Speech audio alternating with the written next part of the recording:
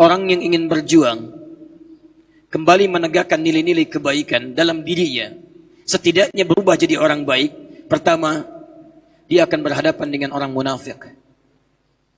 Antum mesti hati-hati betul.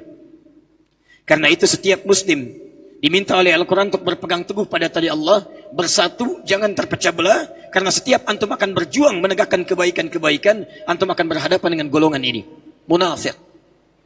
Quran surah kedua Al-Baqarah dari ayat ke-8 sampai ayat 9-nya. Bahkan di ayat 9 disebut orang munafik mencoba menipu orang-orang beriman. Yukhadi'una Allaha walladzina amanu. Orang-orang munafik itu dia mencoba mengelabui Allah dan dia mencoba menipu orang-orang beriman. Hadir di sekitaran kita. Ada bersama kita. Perhatikan tokoh munafik di Madinah. Abdullah bin Ubay bin Salul. Itu Masya Allah Pak. Bu. Kalau sholat, itu posisinya tepat di belakang Nabi. Tepat di belakang Nabi. Kelihatan seperti berjuang. Tapi kalau selesai sholat, maka ia orang pertama yang mengeluarkan di lisannya provokasi kepada umat Islam. Dia katakan, lihat Muhammad tuh. Cuma cari pengaruh dan sensasi saja. Kita tadinya kompak datang dia, pecah kita. Abdullah bin Ubay bin Salul. Tapi bagaimana perhatian Nabi kepada yang bersangkutan? Allahu Akbar. Nabi waspada, tapi tetap memberikan nilai-nilai kebaikan supaya dia mau berubah jadi baik. Lihat, begitu sakit, dikirim oleh Nabi SAW doa lewat anaknya.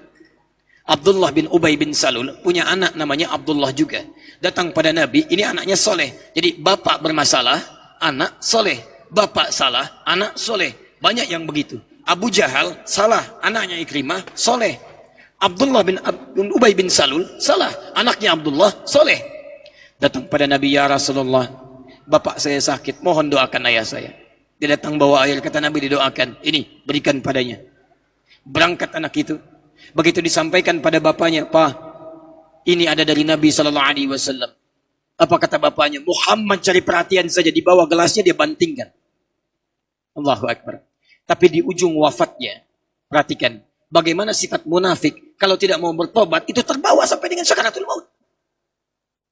Lihat baik-baik. Dijenguk oleh Nabi SAW. Begitu datang Nabi SAW, muncul lagi dengan para sahabat, muncul sifatnya. Ingin dapat perhatian, ingin dapat sorotan. Apa yang terjadi? Allahu Akbar. Dia katakan, ya Rasulullah, tolong anugerahkan jubah keluarmu untuk saya gunakan dalam diri saya. Saya ingin wafat dalam keadaan mengenakan jubahmu. Masya Allah. Sudah hidup menyusahkan Nabi, wafat ingin mengenakan jubah Nabi.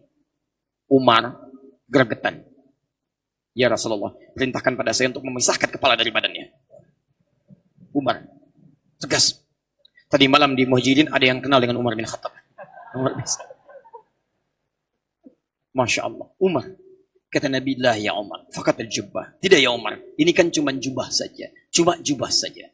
Ini menandakan, kalau sesuatu bersifat kemanusiaan, maka tidak perlu diangkat berlebihan.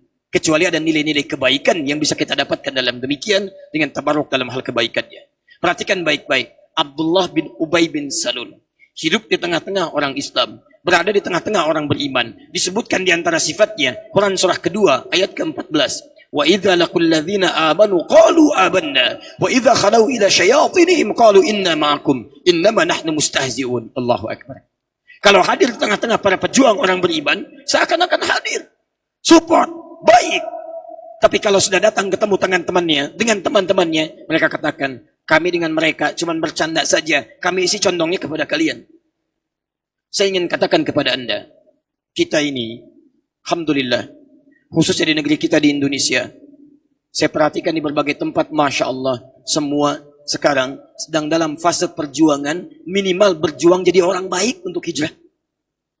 Saya selalu berdoa kepada Allah, ya Rabb, ya Rabb. Kalau setiap Muslim Indonesia ini mau berhijrah jadi lebih baik, maka insya Allah negara ini akan penuh dengan keberkahan dari Allah Subhanahu Wa Taala. Saya katakan tadi malam, jangan khawatir dengan nilai-nilai keislaman. Orang Islam itu kalau benar-benar berhijrah, mengamalkan nilai keislaman, syariat Islam, tenang negeri ini. Karena hanya ada dalam Islam yang matanya tidak boleh dipakai kecuali melihat yang baik-baik. Hanya ada dalam Islam yang pengaturnya tidak boleh bicara kecuali yang baik-baik. Man kana yu'minu billahi wal yawmil akhir falyakul khairan aw liyasmut. Wa qul lil mu'minina yaghuddu min absarihim. Hanya dalam Islam tangannya hanya dipakai yang baik-baik, tidak boleh yang buruk. Wailul lil mutaffifin. Bahkan kalau ada orang yang mencuri, kata Quran, daripada dipakai mencuri, potong aja tangannya. As-sariqu was-sariqatu faqtaw aydiyahuma. Hei, para pencuri, tangan kalian itu harusnya dipakai yang baik-baik daripada dipakai yang buruk. Ada potong aja. Hanya dalam Islam kakinya hanya boleh digunakan pada yang baik-baik. Jadi kalau orang Islam di Indonesia, Muslim terbesar di dunia, menegakkan syariat Islam dalam kehidupannya, berhijrah lebih baik, maka hidup di Indonesia ini akan damai, tentram, nyaman, dan dibuka pintu keberkahan oleh Allah Subhanahu wa Ta'ala. Di teman-teman sekalian, tawaran pertama. Tapi ingat, itu tidak mudah. Tidak mudah. Karena ketika Anda akan bersatu, berhijrah mendekat kepada Allah, Anda orang Islam, bekerja di birokrasi, bagus. Diplomasi, bagus. Dagang, bagus, silahkan. Di militer, harus. Jadi rakyat, bagus. Tapi Quran memberikan jabaran. Apapun profesi Anda, maka berjuanglah, berhijrah mendekat kepada Allah, bersatu menyampaikan kebaikan-kebaikan. Karena itu kalimat Quran, ketika menyebutkan amal soleh untuk berjuang, itu selalu menggunakan kalimat jamak. Lihat baik-baik. Wal 'asr. Innal insana lafi illa alladhina amanu wa amilus solihat. Mereka. Mujahidun, mereka. Mujahidin, mereka. Mereka artinya apa? Banyak. Karena itulah yang banyak ini diminta oleh Quran terikat. Kuat.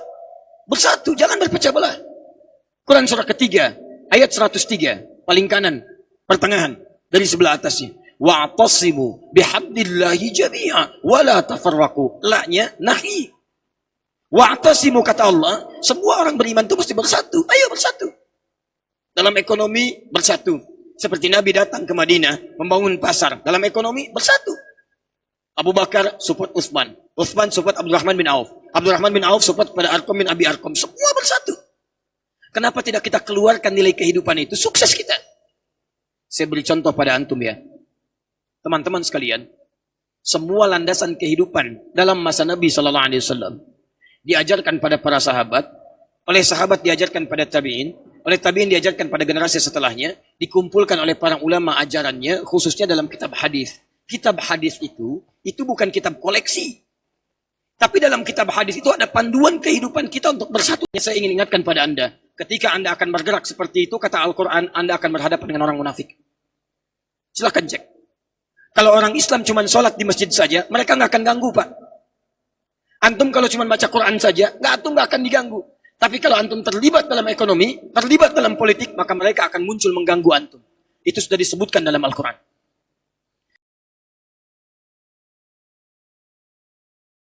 Al-Qurannya. Bagaimana cara menyikapinya? Nabi pada saat itu tetap bergabung dengan mereka. Tapi Nabi pelajari ciri-cirinya. Kemudian ambil jalan tengahnya. Dan dengan itulah kemudian ada kemajuan di zamannya. Satu. Ini nasihat kami di sini. Kalau orang kafir, itu sudah jelas hitam putihnya. Hitam putih. Mau kepala nggak ada rambutnya, mau ada rambutnya, hitam putih. Jelas. Tapi maaf, kalau orang munafik susah dibedakan dia. Hadir dalam kehidupan. Dan kata Al-Quran, kalau bicara, kadang-kadang menarik kalimatnya. Quran surah kedua, ayat 204, paling kiri sebelah atas. Wa minan nasi may yu'jibuka qawluhu fil hayatid dunya wa yushhidullaha ala ma fi qalbihi wa huwa aladdul khisam. Anda akan dapati, kata Al-Quran, orang-orang yang tinggal di sekitaran Anda, kalau bicara, itu begitu menarik. Retorikanya cantik. Nih, saya kasih tahu ya, kadang-kadang bikin kita bingung. Ayo, pilih mana? Pilih mana? Ini kalau di Jakarta ya, saya nggak tahu kalau di sekitaran kita semua. Kadang-kadang kalau di Jakarta begitu. Pilih mana? Pemimpin Muslim tapi koruptor, atau non-Muslim tapi jujur. Pilih mana? Hah? Muslim tapi koruptor, atau non-Muslim tapi jujur. Pilih mana? Kalau Anda menemukan kalimat seperti ini ciri khas orang liberal. Saya 1 tahun mempelajari orang-orang liberal, orang orientalis, orang-orang misionaris, dan sebagainya. Polanya sama semuanya.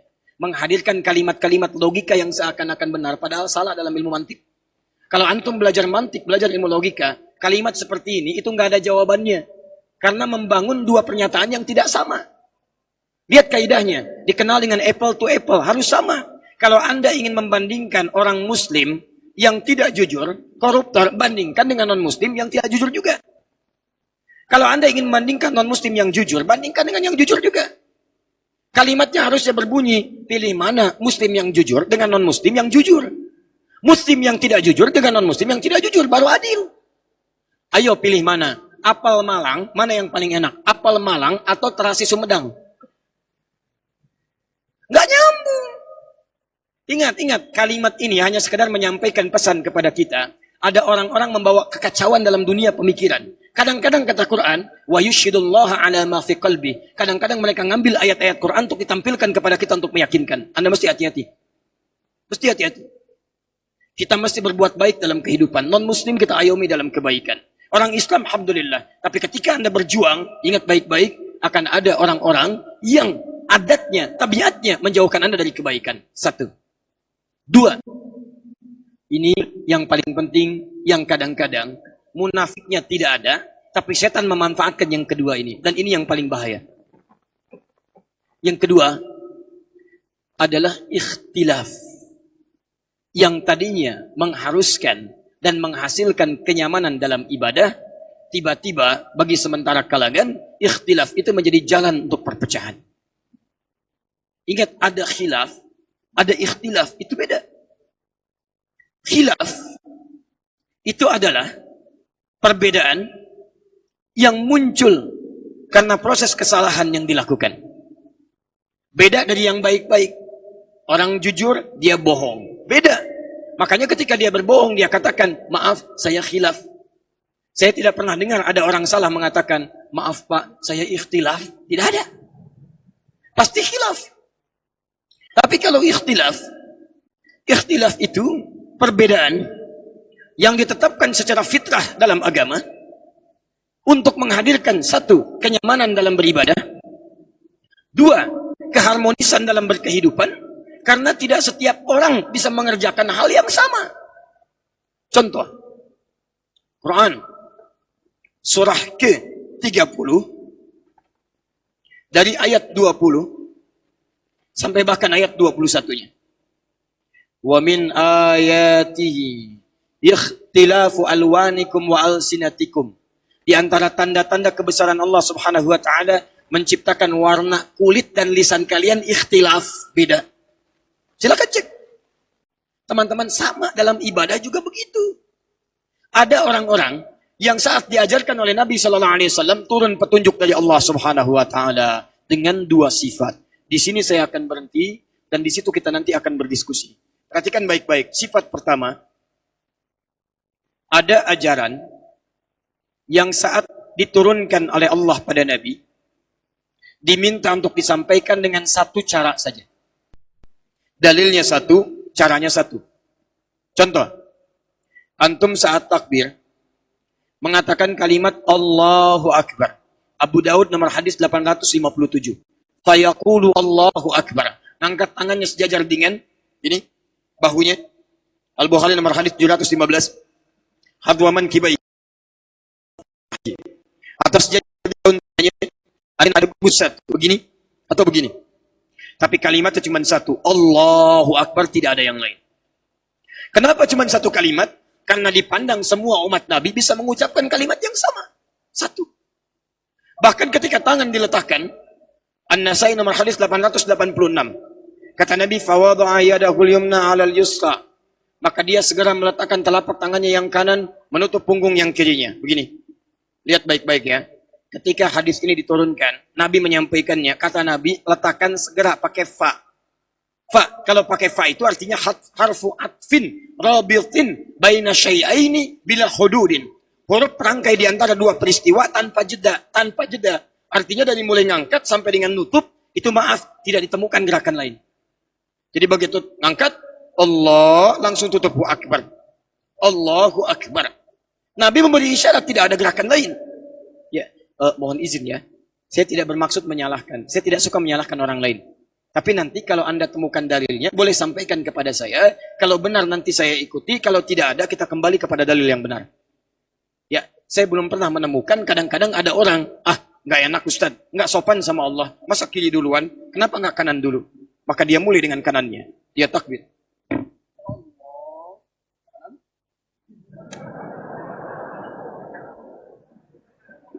Kadang-kadang kaki naik dikit. Nah, bisa. Baik. Saya tidak bermaksud menyalahkan. Tidak. Cuma kita coba mengembalikan hadis ini, itu cuma satu, Pak. Bu. Caranya juga satu. Saking jelasnya, Nabi nggak nerangkan banyak karena semua orang bisa melakukannya. Makanya, yang diputar ini, saya punya koleksi 1235 kitab hadis. Dari yang paling sahih sampai yang paling palsu. Itu di kitab hadis palsu pun tidak ditemukan. Saking palsunya hadis ini, di kitab hadis palsu pun saya tidak menemukannya. Ya. Bahkan pemalsu hadis tidak tertarik memalsukan hadis ini. Karena contohnya sudah jelas. Anda bayangkan. Cuman satu. Nah, maka pada yang cuman dalilnya satu, caranya satu, Anda tidak perlu kreatif. Dan tidak perlu cari yang lain. Karena setiap orang dimintakan oleh Nabi cuma dengan satu cara, semua orang bisa mengerjakannya tanpa ada yang bisa keluar darinya. Allahu Akbar, bisa Anda katakan. Satu cara, bisa Anda katakan. Angkat, simpan. Bisa disimpan langsung begini. Bisa telapak ini. Pergelangan, ketemu pergelangan begini. Bisa langsung begini, sa'id. Jadi begitu Anda angkat, langsung simpan. Bisa di sini, bisa di sini. Ya, pergelangan, ketemu pergelangan. Tapi langsung ya, takbir langsung. Allahu Akbar. Tidak diukur. Allah. Pas. Tapi dilarang sampai sini. Dilarang sampai sini. Kata Nabi, jangan bersedekah seperti orang sombong. Yang meletakkan telapak tangannya di sikunya seperti ini. Ya. Nah itu satu dalil, satu cara. Tapi ingat. Ada yang tuntunan ibadahnya banyak dalil, beragam cara. Di dalilnya bukan satu, banyak. Caranya tidak satu, beragam. Kalau ada yang seperti itu, maka ini yang disebut dengan ikhtilaf. Ada di sini teman-teman sekalian. Maaf, ormas itu bagus. Bagus, bagian dari pengamalan Al-Quran. Surah ketiga ayat 104, paling kanan di pertengahan. Wal takum minkum ummah. Harus ada di antara kalian sekelompok orang, satu komunitas. Yad'una ilal khair, yang cenderung mengajak kepada kebaikan. Antum sendirian ngajak orang sekampung, susah. Ajak sini, ajak sini, ajak sini. Antum bikin komunitas, subuh berjamaah, ada panitianya, ada komunitas, ada gerakannya. Masya Allah, level besarnya, ada ormasnya, ada macam-macamnya. Lebih besar lagi, negara. Itu berorganisasi boleh. Organisasi paling ringan di keluarga. Setelah itu bersama-sama, ada RT, ada RW, ada camat, ada ormas, sampai ke yang paling tinggi. Negara, boleh. Asia Tenggara, ada ASEAN. Di Eropa, ada Persatuan Eropa. Dunia, ada PBB, macam-macam, kumpul semua. Silahkan. Tapi ciri khas orang Islam, yad'una ilal khair, ngajak kepada yang baik-baik. Wa ya'muruna bil ma'ruf, menegakkan yang ma'ruf-ma'ruf. Wa yanhauna 'anil munkar, mencegah kemungkaran. Ada yang spesialisasi ngajak yang baik-baik saja, ada. Ayo salat, salat, ada. Ada yang ma'ruf, ada. Bangun rumah sakit, bangun pendidikan, bangun macam-macam, ada. Muhammadiyah, bangun rumah sakit, bangun pendidikan, bangun universitas. NU, bangun pesantren, ngadakan ini, ngadakan itu, Persis, ada Al-Irsyad, ada macam-macam. Alhamdulillah. Ada IKADI, ada ini, ada itu. Alhamdulillah. Ada yang spesialisasinya nahi mungkar, FPI, nahi mungkar. Ya ada.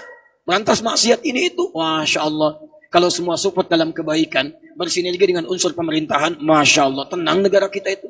Bangkit. Hadir. Silahkan. Tapi ormas itu, termasuk juga dalam madhab, itu bukan untuk difanatikan. Itu kendaraan untuk mencapai maslahat. Sinergi kita. Sinergi dalam kebaikan. Termasuk ustadz-ustadz juga begitu. Saya tuh berharap ya. Semua ustadz itu kalau bisa dilakukan. Ayo kita kumpul sinergi. Duduk bareng-bareng. Para ustadz, ulama, asatidah, habaib, masyayikh, macam-macam. Saling bersinergi. Saling memberikan nasihat dalam kebaikan. Maka umat kalau sudah berkumpul para ustadznya. Umatnya akan tenang. Ada rujukan yang baik. Dan terbebas dari keburukan-keburukan yang mungkin terjadi. Ajarkan fikih ikhtilafnya. Ajarkan kebaikan-kebaikannya. Anda sepakat, ambil. Tidak sepakat, tinggalkan. Gak usah mencela. Mencela itu cuma menghilangkan pahala. Menghilangkan pahala. Hati-hati. Jelas ya? Karena dari itu, saya ingin sampaikan dalam kesempatan subuh akbar ini, mari Bapak Ibu sekalian, ini sudah bagus nuansanya. Kita kompak ke masjid ibadah, tapi tidak cukup dengan demikian. Kita harus terapkan nilai Islam dalam kehidupan kita. Ayo bawa dalam kehidupan. Minimal kirim sinyal. dari Masjid Raya Mujahidin, dari Pontianak, antum jadi pejuang-pejuang untuk menegakkan nilai-nilai Islam minimal di Kalimantan Barat ini.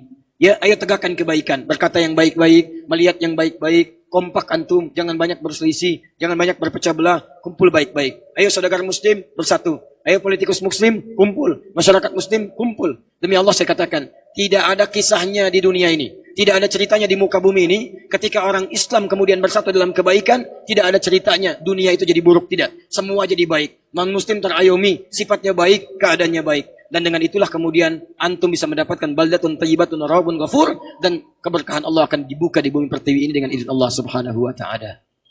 Ya, dan itu adalah perintah undang-undang.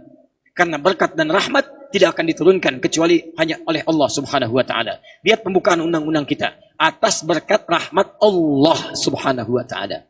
Jadi kalau Anda ingin mendapatkan rahmat dan berkah, kembalilah kepada Allah Subhanahu wa taala. Siap kembali pada Allah?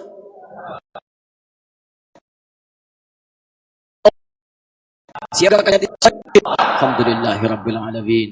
Kalau sudah seperti itu, saya bermohon kepada Allah supaya kalimat yang sampai para pejuang ini mendapatkan derajat kemudian didapatkan oleh kita semua dengan izin Allah Subhanahu wa taala. Wa faddalallahu al-mujahidina 'alal qa'idina darajah.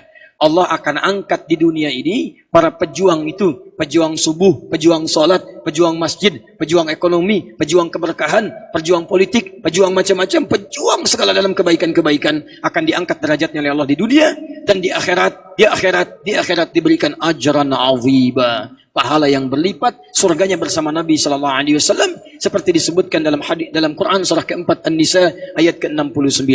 Allah Subhanahu wa taala berfirman, "Wa may yuti'illaha wa rasulahu fa ulaika ma'al ladzina an'ama Allahu 'alaihim minan nabiyyin was-siddiqin wasyuhada'i was-salihin wa hasuna ulaika rafiqa. Dzalikal fadlu min Allah wa kafaa billahi hasiba." Bangkit dan mengajak itu butuh motivasi. Motivasi itu disebut dengan wa'dun dalam teori fikih. Wa'dun itu mengeluarkan keutamaan dari satu tujuan dan ibadah supaya memotivasi kita untuk tergerak mengerjakannya. Misal, antum mau tahajud, bagaimana supaya termotivasi untuk tahajud dengan baik? Keluarkan ayat-ayat yang menerangkan keutamaan tahajud. Quran surah ke-17 ayat 79 sampai 81. Orang kalau tahajud itu, Masya Allah, satu, bisa diangkat derajatnya oleh Allah Subhanahu wa taala dengan pangkat terbaik di dunia. Asa ayyab'atsaka rabbuka maqaman mahmuda. Dua, akan dibimbing menjalani aktivitas. Wa qur rabbi adkhilni mudkhala sidqin. Tiga, akan diberikan jalan keluar ketika punya masalah. Wa akhrijni mukhrija sidqin.